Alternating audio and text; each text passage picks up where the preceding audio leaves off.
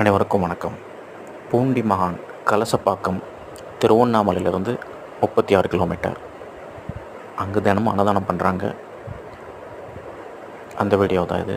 Plus இன்றைக்கி பூண்டி மகானுடைய சிறப்பு ஆராதனையோட பூஜை பண்ணியிருக்காங்க. ப்ளஸ் அந்த தீப ஆராதனைக்காக தான் உங்களுக்கு இந்த வீடியோ சமர்ப்பிக்கிறோம். பூண்டி மகான் சரணம்.